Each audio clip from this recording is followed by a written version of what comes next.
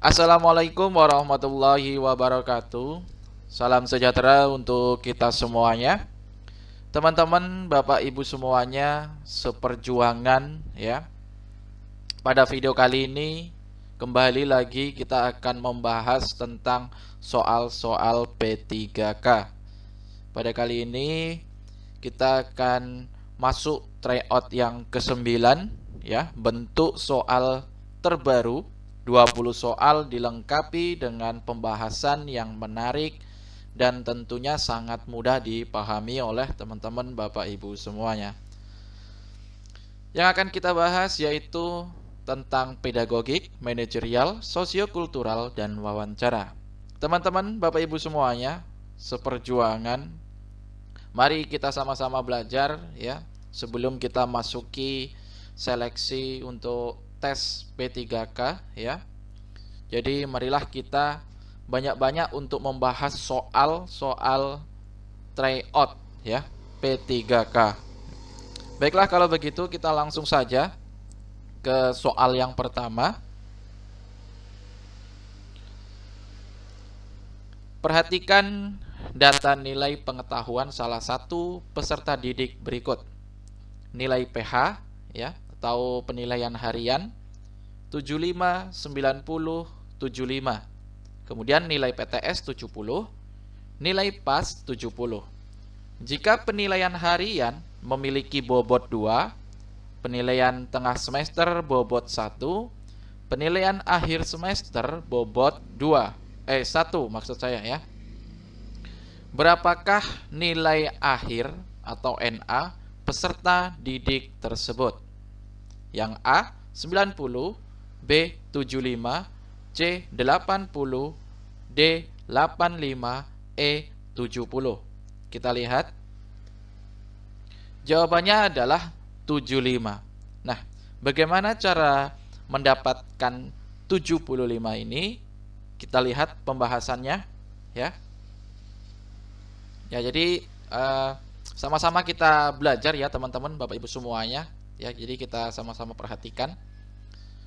PH ya, penilaian harian itu tadi ada 3, yaitu 75, 90 dan 75.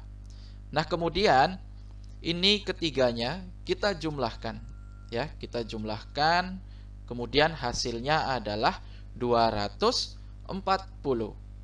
Nah, 240 ini kemudian kita bagi 3.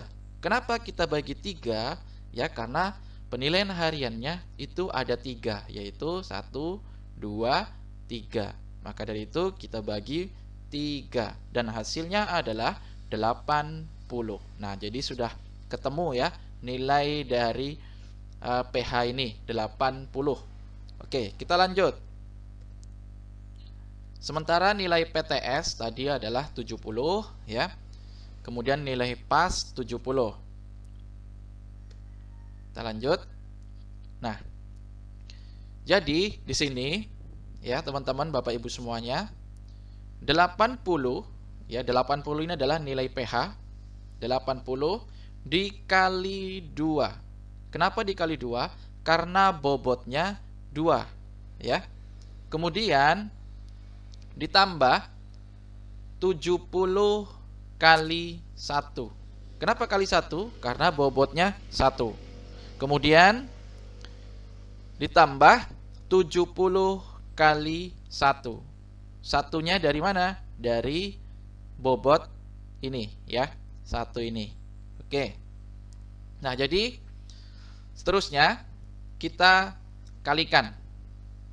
80 dikali 2 sama dengan 160 ya, teman-teman Bapak Ibu semuanya.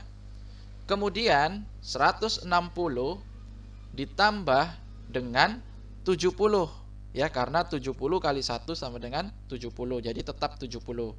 Dan yang ini juga tetap 70 ya. Jadi 160 ditambah 70 ditambah 70 sama dengan 300 ya. Ini adalah hasil dari penjumlahan ini ya, teman-teman Bapak Ibu semuanya. Hasilnya adalah 300. Nah, kemudian 300 ini kita bagi 4 Ya, mengapa kita bagi 4? Karena hasil penjumlahan dari bobot nilai. Ya, bobot nilai tadi ada 2, kemudian kita tambah 1 dan kita tambah 1 lagi. Maka menjadi 4 ya teman-teman Bapak Ibu semua ya. Maka dari itu 300 dibagi 4 hasilnya adalah 75. Nah, maka jawabannya adalah yang B, 75. Oke, paham ya teman-teman Bapak Ibu semuanya? Jika kurang paham silakan ditanyakan di kolom komentar, insya Allah nanti akan saya jawab ya teman-teman Bapak Ibu semuanya. Mudah-mudahan ini bermanfaat ya. Ini soal terbaru ya teman-teman Bapak Ibu semuanya. Oke, kita lanjut soal berikutnya. Pada kompetensi dasar yang sama, Budi, salah satu peserta didik, mendapat nilai praktek berturut-turut 60, 80, 60. Maka, nilai yang dituliskan oleh peserta didik pada kompetensi dasar tersebut adalah A75, B80, C70, D65, E60. Kita lihat. Jawabannya adalah 80. Mengapa 80? Oke, perhatikan tanda panah ini ya teman-teman Bapak Ibu semuanya. Nah, jadi untuk mengetahui nilai peserta didik pada kompetensi dasar secara berturut-turut ya, ini nilai prakteknya secara berturut-turut, maka kalau seperti ini yang diambil adalah nilai yang paling besar. Manakah nilai yang paling besar? Yaitu adalah 80. Gitu ya teman-teman. Sangat mudah sekali teman-teman Bapak Ibu semuanya. Oke, kita lanjut soal berikutnya. Sebelum kita lanjut, ya seperti biasa kami mohon dukungan daripada teman-teman Bapak Ibu semuanya untuk support terus channel ini supaya memberikan soal-soal latihan yang sangat menarik dan terbaru ya. Tentunya juga mudah dipahami ya bagi teman-teman Bapak Ibu semuanya. Ya silahkan disupport dengan cara like, subscribe, dan share apabila sangat-sangat bermanfaat. Oke, kita lanjut soal berikutnya. Standar kompetensi lulusan terdiri atas kriteria kualifikasi kemampuan peserta didik yang diharapkan dapat dicapai setelah menyelesaikan masa belajarnya di satuan pendidikan pada jenjang pendidikan dasar dan menengah. Standar kompetensi lulusan pada satuan pendidikan menengah umum bertujuan untuk A. Meningkatkan kecerdasan, pengetahuan, kepribadian, akhlak mulia, serta keterampilan untuk hidup mandiri dan mengikuti pendidikan lebih lanjut. B. Meletakkan dasar-dasar kecerdasan, pengetahuan, kepribadian, akhlak mulia, serta keterampilan untuk hidup mandiri agar sukses dalam hidup. C. Meletakkan dasar-dasar kecerdasan, pengetahuan, kepribadian, akhlak mulia, serta keterampilan untuk hidup mandiri dan mengikuti pendidikan lebih lanjut. D. Meningkatkan kecerdasan, pengetahuan, kepribadian, akhlak mulia, serta keterampilan untuk hidup mandiri agar sukses dalam hidupnya. Dan yang E. Meletakkan dasar-dasar kecerdasan, pengetahuan, kepribadian, akhlak mulia, serta keterampilan untuk hidup mandiri guna mempersiapkan kehidupan nyata. Kita lihat. Kita bahas terlebih dahulu. Standar kompetensi lulusan pada satuan pendidikan menengah umum bertujuan untuk meningkatkan kecerdasan, pengetahuan, kepribadian, akhlak mulia, serta keterampilan untuk hidup mandiri dan mengikuti pendidikan lebih lanjut. Oke, sangat jelas sekali pembahasannya dan kita juga sudah tahu pastinya jawabannya yang mana. Kita lihat. Jawabannya adalah yang A ya, meningkatkan kecerdasan, pengetahuan, kepribadian, akhlak mulia, serta keterampilan untuk hidup mandiri dan mengikuti pendidikan lebih lanjut. Kita lanjut soal berikutnya. Perencanaan penilaian meliputi penyusunan kisi-kisi, penyusunan instrumen, dan penyusunan rubrik penilaian. Rubrik penilaian hendaknya memuat kecuali ya teman-teman. A. Memuat seperangkat indikator untuk menilai kompetensi tertentu. B. Dapat digunakan untuk menilai kemampuan siswa. C. Memiliki indikator yang diurutkan berdasarkan urutan langkah kerja pada instrumen atau sistematika pada hasil kerja siswa. D. Dapat mengukur kemampuan yang diukur. E. Memuat kompetensi inti yang menjadi kebijakan menyusun kisi-kisi. Kita lihat. Kita bahas tentang pengertian rubrik. Rubrik adalah alat atau instrumen bagi pengajar untuk menetapkan kriteria penilaian untuk tugas. Tidak hanya berguna bagi para pengajar, alat ini juga bermanfaat bagi siswa. Rubrik mendefinisikan secara tertulis apa yang diharapkan dari siswa untuk mendapatkan nilai tertentu pada suatu tugas. Nah, ini adalah contoh dari rubrik ya, penilaian. Nah, ini contohnya seperti ini ya, teman-teman Bapak Ibu semuanya. Oke, kita lihat jawabannya. Jawabannya adalah yang E, memuat kompetensi inti yang menjadi kebijakan menyusun kisi-kisi. Ya, jadi sangat jelas sekali bahwa yang E ini tidak termasuk dalam rubrik penilaian. Ya, karena rubrik itu adalah penilaian untuk peserta didik ya. Jadi yang A, B, C, D ini sangat jelas sekali masuk dalam rubrik penilaian. Gitu. Paham ya teman-teman, Bapak Ibu semuanya? Kita lanjut soal berikutnya. Berikut ini yang bukan merupakan manfaat dari penggunaan alat peraga pendidikan ya, yaitu A. Dapat membantu dalam mengatasi segala macam hambatan dan dalam proses pendidikan menjadi lebih mudah. B. Merangsang sasaran pendidikan untuk dapat meneruskan berbagai pesan yang disampaikan yang memberi materi kepada orang lain. C. Dapat merangsang sasaran dari pendidikan untuk mengimplementasikan ataupun melaksanakan pesan pendidikan. Yang D. Dapat mempermudah saat penyampaian materi pendidikan atau informasi oleh peserta didik. Yang E. Dapat mendorong keinginan orang-orang maupun individu untuk dapat mengetahui lalu kemudian lebih mendalami. Kita lihat.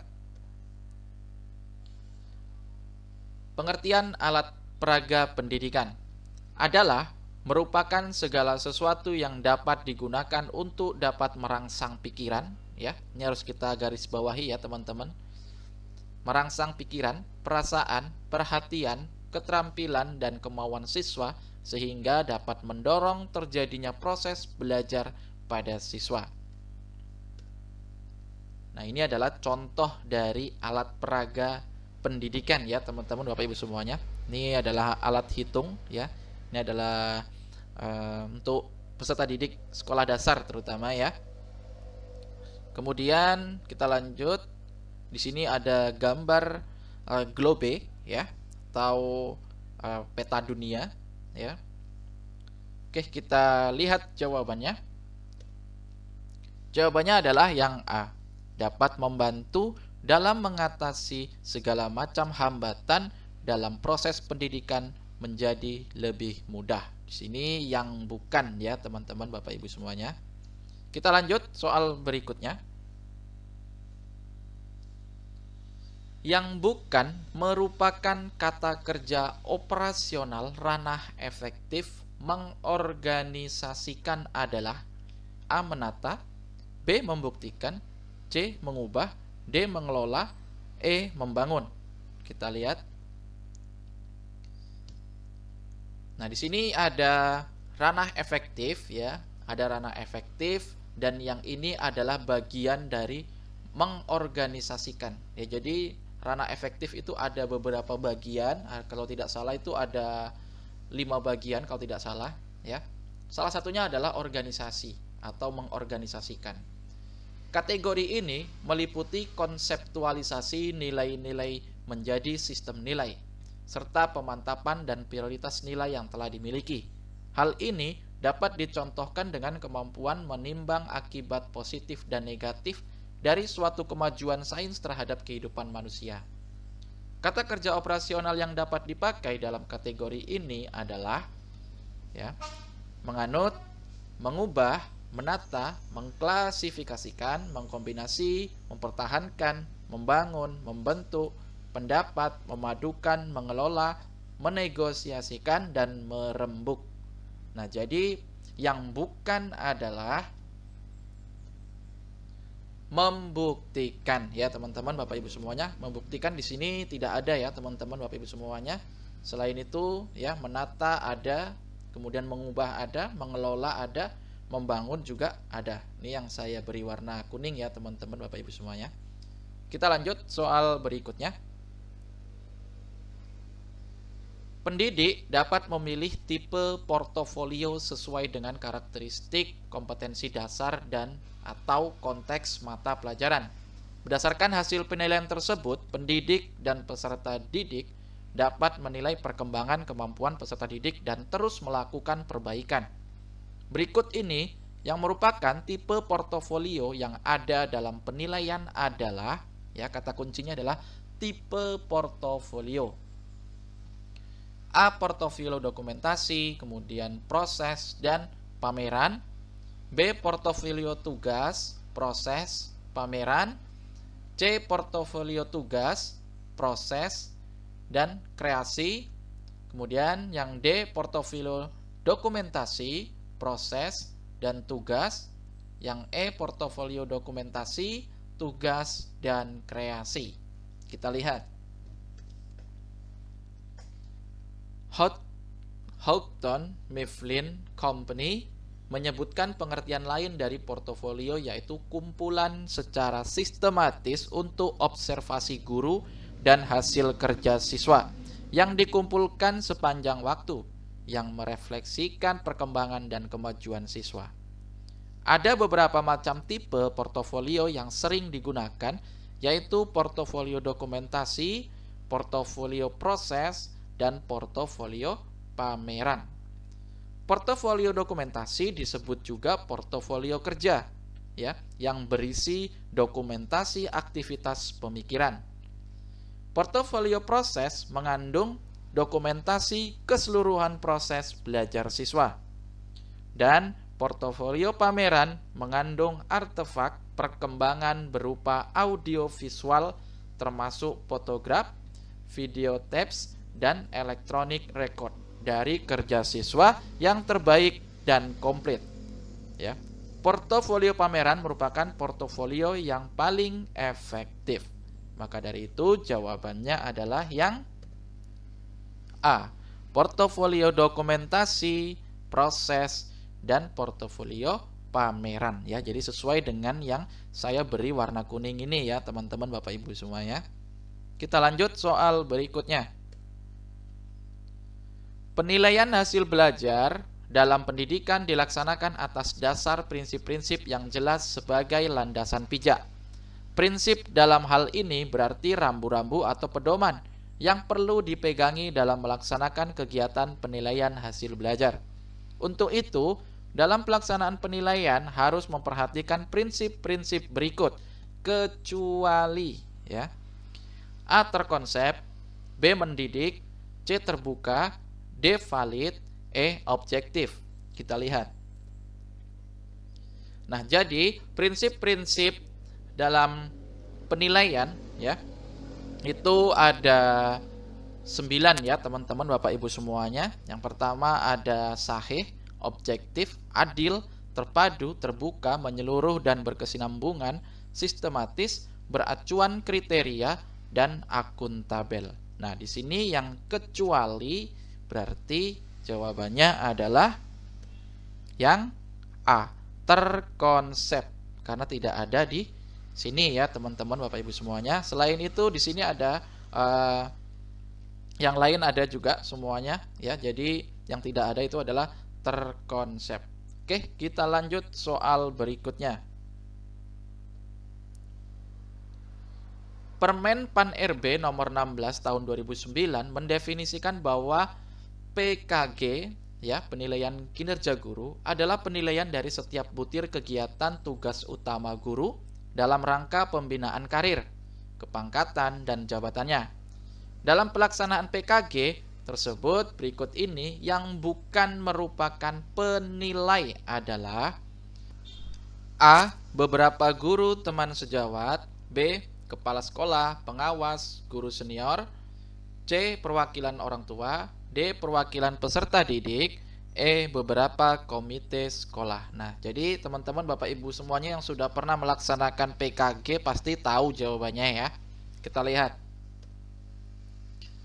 Permen Pan RB nomor 16 tahun 2009 ya, yang termasuk penilai itu adalah kepala sekolah atau pengawas, kemudian guru senior, guru teman sejawat, perwakilan peserta didik, dan perwakilan orang tua peserta didik. Maka dari itu jawabannya sudah pasti yang E, beberapa komite sekolah. Kita lanjut soal berikutnya.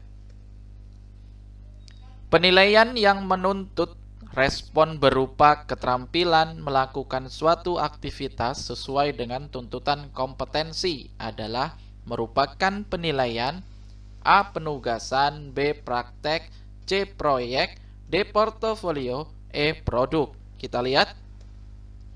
Jawabannya adalah praktek ya. Kita lihat apa sih pengertian penilaian praktek?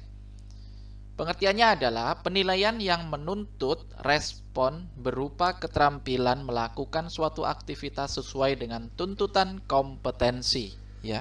Dengan demikian, aspek yang dinilai dalam penilaian praktek adalah kualitas proses mengerjakan atau melakukan suatu tugas. Nah, jadi sangat jelas sekali ya. Jawabannya adalah yang B, praktek. Kita lanjut soal berikutnya. Surat Edaran Menteri Pendidikan dan Kebudayaan nomor 4 tahun 2020 berisikan tentang A. Pelaksanaan tentang asesmen nasional. B. Pelaksanaan kebijakan pendidikan dalam masa darurat penyebaran corona. C. Perubahan ujian nasional menjadi asesmen nasional. D. Pelaksanaan PPDB model zonasi. E. Penghapusan ujian nasional. Kita lihat. Jawabannya adalah pelaksanaan kebijakan pendidikan dalam masa darurat penyebaran corona. Ya, saya berikan bukti dari surat edaran menteri tersebut ya. Nah, ini adalah bukti dari surat edaran Menteri Pendidikan dan Kebudayaan ya, nomor 4 tahun 2020 tentang pelaksanaan kebijakan pendidikan dalam masa darurat penyebaran coronavirus disease atau COVID-19. Oke, jelas ya teman-teman Bapak Ibu semuanya. Kita lanjut soal berikutnya. Sebelum kita lanjut, seperti biasa teman-teman Bapak Ibu semuanya ya, kami mohon dukungan daripada teman-teman Bapak Ibu semuanya untuk selalu support channel ini dengan cara like, subscribe, dan share sebanyak-banyaknya apabila bermanfaat bagi teman-teman Bapak Ibu semuanya. Oke, kita lanjut. Sebelum melaksanakan pembelajaran remedial, guru perlu melakukan identifikasi masalah pembelajaran. Keberagaman individu termasuk permasalahan pada A. Tenaga pendidik, B. Pencapaian materi, C. Keunikan peserta didik, D. Materi ajar, E. Strategi pembelajaran. Kita lihat. Menurut teori perkembangan Piaget, anak pada usia 7-11 tahun berada dalam masa operasional konkret, yaitu di mana anak sudah bisa berpikir logis, sistematis, dan memecahkan masalah yang bersifat konkret. Mereka sudah mampu mengerjakan penambahan, pengurangan, perkalian, dan pembagian. Setiap individu peserta didik memiliki keunikan ya. Ini harus kita garis bawahi ya teman-teman Bapak Ibu semuanya. Keunikan yang membedakan ia dengan yang lain. Hal tersebut disebut karakter. Nah, jadi keberagaman individu itu artinya sama dengan keberagaman karakter atau perbedaan karakter masing-masing peserta didik. Nah, kalau perbedaan karakter ataupun keberagaman karakter dari peserta didik itu termasuk permasalahan pada keunikan peserta didik. Maka dari itu jawabannya adalah yang C, keunikan peserta didik. Itu ya teman-teman, Bapak Ibu semuanya, mudah-mudahan dapat dipahami. Kita lanjut soal berikutnya. Teori belajar banyak sekali macamnya, diantaranya konstruktivisme, sosial, behaviorisme, humanistik, dan masih banyak lagi lainnya. Berikut ini yang merupakan contoh pelaksanaan teori belajar konstruktivisme. Nah, jadi yang ditanyakan adalah belajar konstruktivisme. A. Dalam sebuah diskusi pada satu kelompok dan suatu mata pelajaran, para siswa diberi masalah, yaitu tugasnya harus bisa mencari solusi. B. Siswa mengerjakan bersama-sama tugas matematika yang diberikan oleh gurunya. C. Pada penerapan pembelajaran geografi, setiap peserta didik harus bisa menunjukkan lokasi suatu negara di peta dunia. Yang D. Siswa mengerjakan tugas terstruktur dalam waktu yang telah ditentukan gurunya. Dan yang E, siswa menyimak penjelasan guru. Setelah itu, siswa diberi tugas merangkum apa yang telah dijelaskan guru tersebut. Kita lihat. Pengertian konstruktivisme merupakan landasan berpikir pendekatan kontekstual, yaitu bahwa pengetahuan dibangun bukanlah seperangkat fakta-fakta, konsep, atau kaidah yang siap untuk diingat. Dalam proses pembelajaran, siswa membangun sendiri pengetahuan mereka melalui keterlibatan aktif dalam proses belajar dan mengajar. Proses pembelajaran yang menerapkan pendekatan konstruktivisme melibatkan para siswa dalam mengamati dan menganalisis fenomena alam, fenomena alam dalam dunia nyata. Guru kemudian membantu siswa untuk menghasilkan abstraksi atau pemikiran-pemikiran tentang fenomena-fenomena alam tersebut secara bersama-sama. Nah, kita lihat jawabannya ya teman-teman, Bapak Ibu semua ya. Jawabannya adalah pada penerapan pembelajaran geografi, setiap peserta didik harus bisa menunjukkan lokasi suatu negara di peta dunia. Nah, ini adalah contoh dari pelaksanaan belajar konstruktivisme ya teman-teman, Bapak Ibu semuanya. Oke, kita lanjut soal berikutnya.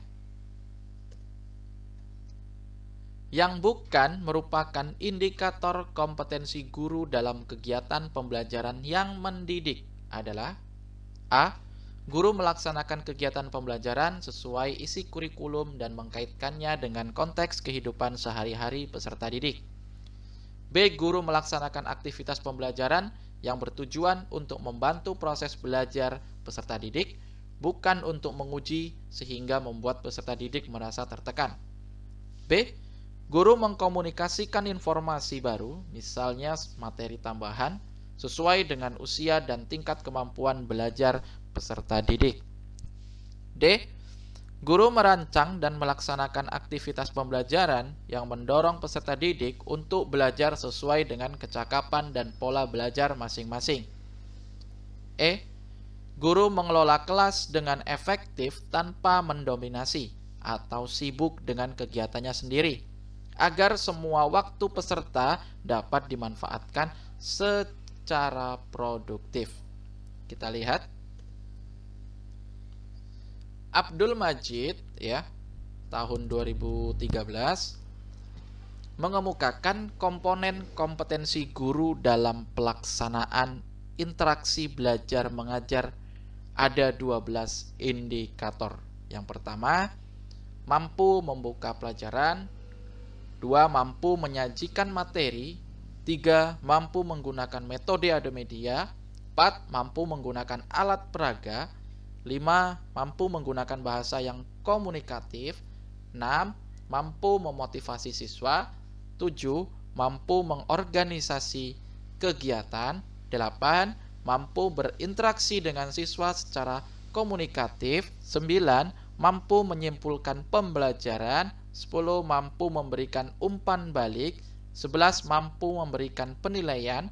Dan yang terakhir 12. Mampu menggunakan waktu.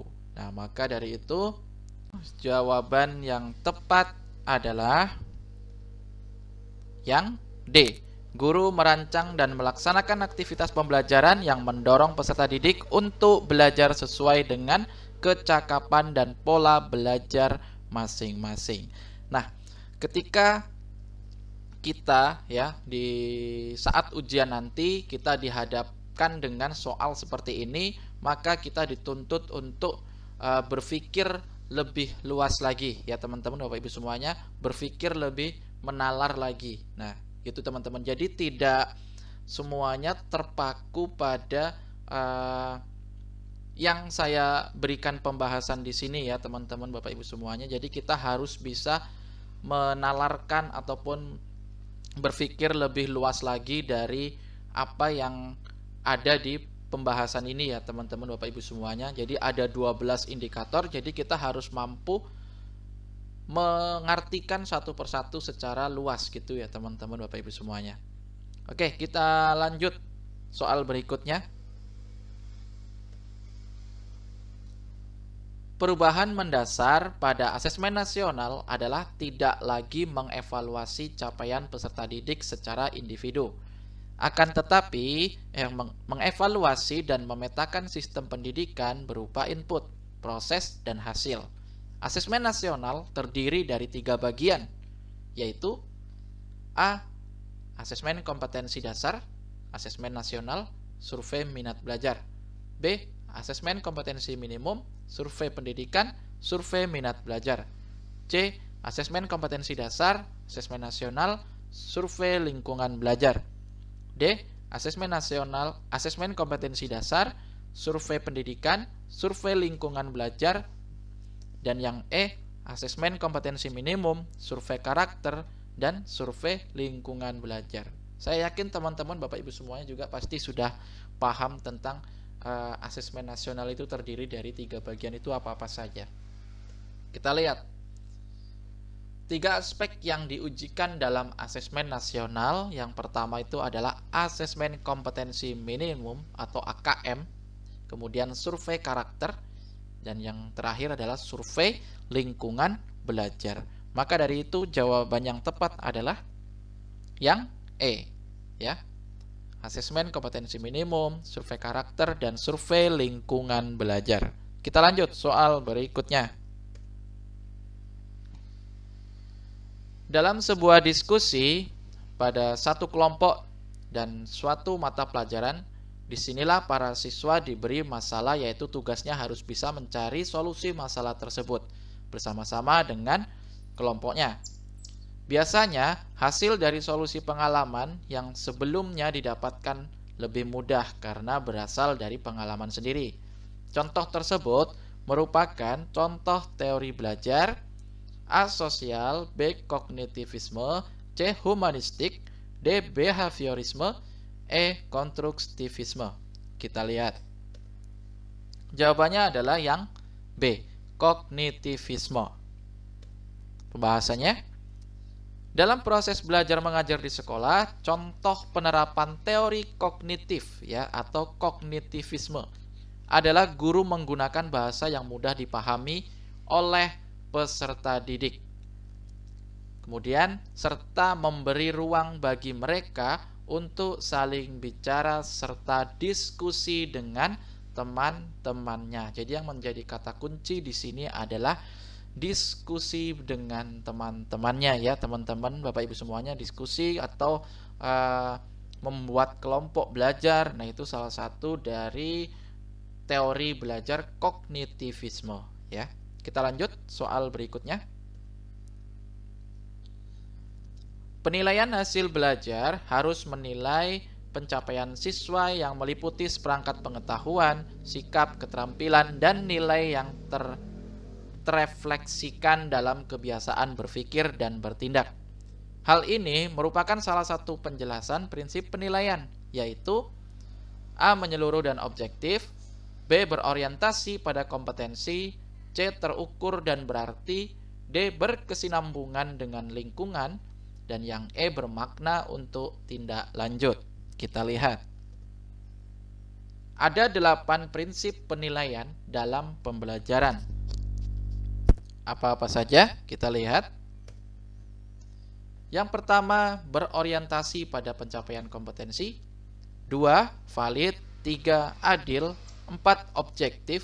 5, berkesinambungan. 6, menyeluruh. 7, terbuka. 8, bermakna. Berorientasi pada pencapaian kompetensi, yaitu penilaian yang Anda lakukan harus berfungsi untuk mengukur ketercapaian siswa dalam pencapaian kompetensi seperti yang telah ditetapkan dalam kurikulum, ya. Jadi jawabannya yang tepat adalah yang B, berorientasi pada kompetensi, ya teman-teman, Bapak Ibu semuanya. Kita lanjut soal berikutnya. Agar media pembelajaran benar-benar digunakan untuk membelajarkan siswa, maka ada sejumlah prinsip yang harus diperhatikan.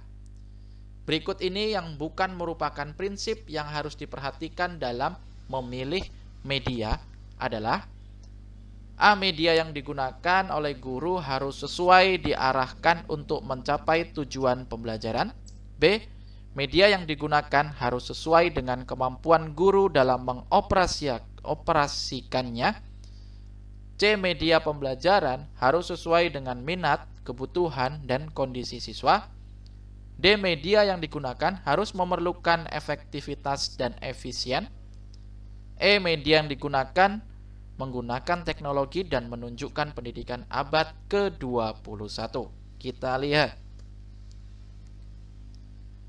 Kriteria yang perlu dipertimbangkan guru atau tenaga pendidik dalam memilih media pembelajaran menurut Nana Sujana, ya, yakni yang pertama, ketepatan media dengan tujuan pengajaran. 2, dukungan terhadap isi bahan pelajaran. 3, kemudahan memperoleh media. 4, keterampilan guru dalam menggunakannya.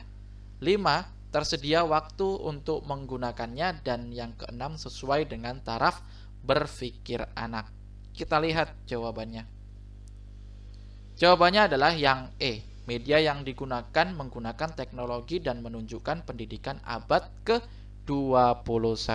Nah, jadi dari kelima ini kita harus bisa berpikir lebih nalar lagi dan berpikir lebih luas lagi, ya, untuk mendapatkan jawaban dari soal ini, ya teman-teman, Bapak Ibu semuanya. Apabila nanti pas tes P3K keluar soal-soal seperti ini, jadi kita sudah paham dalam berpikir lebih luas lagi gitu, ya teman-teman, Bapak Ibu semuanya. Kita lanjut.